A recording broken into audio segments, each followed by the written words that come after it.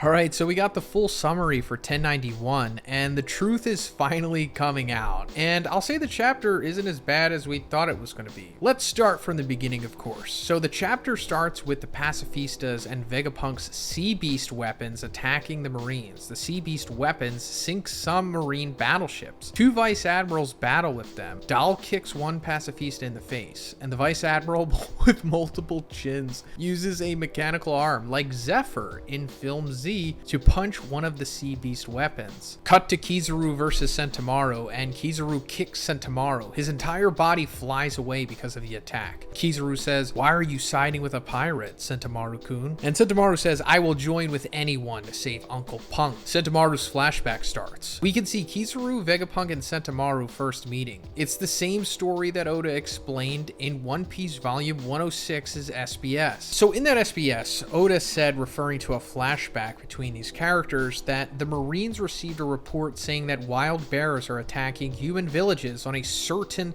island, and Vegapunk accompanied them to set up a system to fight bears. When the Marines were investigating the dangerous mountain, they came across a boy who defeated all the bears with sumo and reigned as the boss of the mountain, and that boy was Sentomaru. He was a boy who was abandoned by villagers due to his violent behaviors when he was younger. Intrigued by the strength of that boy who didn't return to the village and is always hungry, Vegapunk hired him as a bodyguard. I always thought that Sentomaru came from Wano. I just assumed that all of the people who have like a real traditional Japanese look to them in the One Piece world come from Wano, especially like a sumo guy like Sentomaru, where we saw that sumo is for sure a thing in Wano. So maybe there's more backstory to Sentomaru, I don't know. But they obviously didn't go to Wano because it's closed off to the Marines and the world government. Kizaru was the one who accompanied Vegapunk to help the villagers from the bears, and they met Sentomaru there. Vegapunk hired Sentomaru as his bodyguard, and Sentomaru asked Kizaru to teach him how to fight to become a good bodyguard. So yeah, that explains why Sentomaru is partly as strong as he is, and why he was ahead of the curve pre-time skip, because, you know, back in Sabaody, he showed us that he had advanced armament hockey. Back to the present, Kizaru uses the Yasakani no Magatama to attack Sentomaru. After that, Sentomaru uses the Ashigari Dokoi to attack Kizaru, but Kizaru stops it without using his Logia power. So what Kizaru is doing here is like that light beam spam attack stuff that we see him do from time to time, where he like flies up in the air. And then Sentomaru is doing like his almighty push thing. Actually, what we were just talking about with his advanced armament push thing that he does. It's like a sumo move as well. And apparently Kizaru is just brute forcing this thing. And he says, "I thought you as good as I can, but my guard won't lose to yours." After that, Sentomaru is defeated by Kizaru's beam. Then Kizaru uses the command chip to command the pacifistas and make them fight Vegapunk's Sea Beast weapons. And then he says, "I just fulfilled my mission, Sentomaru-kun. I wish I could have saved you along with York Punk Records and the power plant." We can see a close-up of Kizaru's face, and he looks quite a bit more serious and angrier than usual. So yeah, this finally is making Kizaru break character for like the first time in the series, I guess. Sentomaru is somewhat close to Kizaru, as we've seen, and he didn't like having to do this, but as he said before, he's kind of a slave to the system. I'm paraphrasing, but he essentially said that he's bound to being a Marine at this point, and that he has to do whatever they say. Now, is Sentomaru dead here?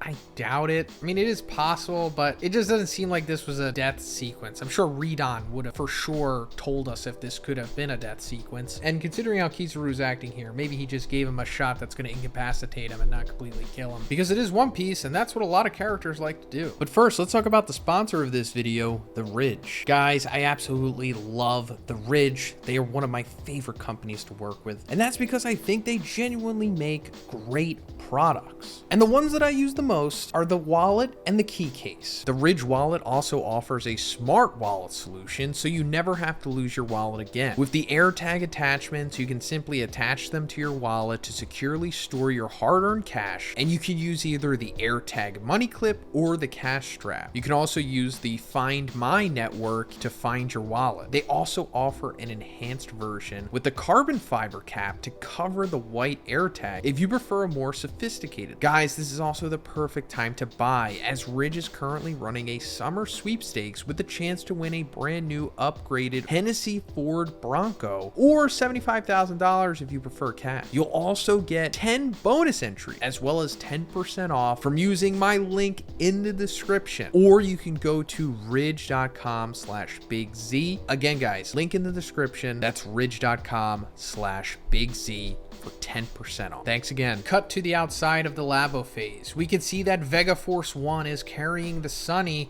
to the other side of the island. And at the same time, Kizaru flies through the barrier. Inside the Labo phase, Lucci attacks Vegapunk, but Stussy uses her own body to protect him. Sanji takes the bubble gun from Nami and traps Kaku inside a bubble ball. Then Zoro attacks Lucci and both of them go through the wall and flies to the outside of the lab. So yeah, things are getting really exciting now. So we saw that Vega Force 1 was carrying the Sunny to the other side of the island. This was mentioned in the previous chapter because that's essentially how they're going to start their escape here. Vegapunk said that the northeast direction is where they'd be heading, which is on the backside of the island. And they could essentially just fly over the Navy's blockade with Vega Force 1. And then once it runs out of signal, because it can't go too far from the island, it'll essentially drop the Sunny and then the Sunny can coup de burst, making their full escape at that point. But Kizaru is intercepting the Vega Force 1 carrying the Sunny while it's going to the other side of the island. And Lucci straight up trying to assassinate Vegapunk here, which was his mission the entire time. I mean, that's why he came here. And we saw Lucci giving instructions to Kizaru in the previous chapter. And we knew that Zoro was going to be the one that attacks him. And I was wondering, like, okay, so why is it only Zoro? Because they're all there aside from like Luffy and Frankie. And if they all teamed up, they would just dominate Lucci. I mean, Zoro by himself is enough, right? But this explains it. They're both going out of the wall and they fly outside of the lab. So this is a way to isolate them. And then as for Sanji, he's trapping Kaku with the bubble ball, the same bubble that the pacifistas are inside of. So I don't know what this means for Sanji because Kaku's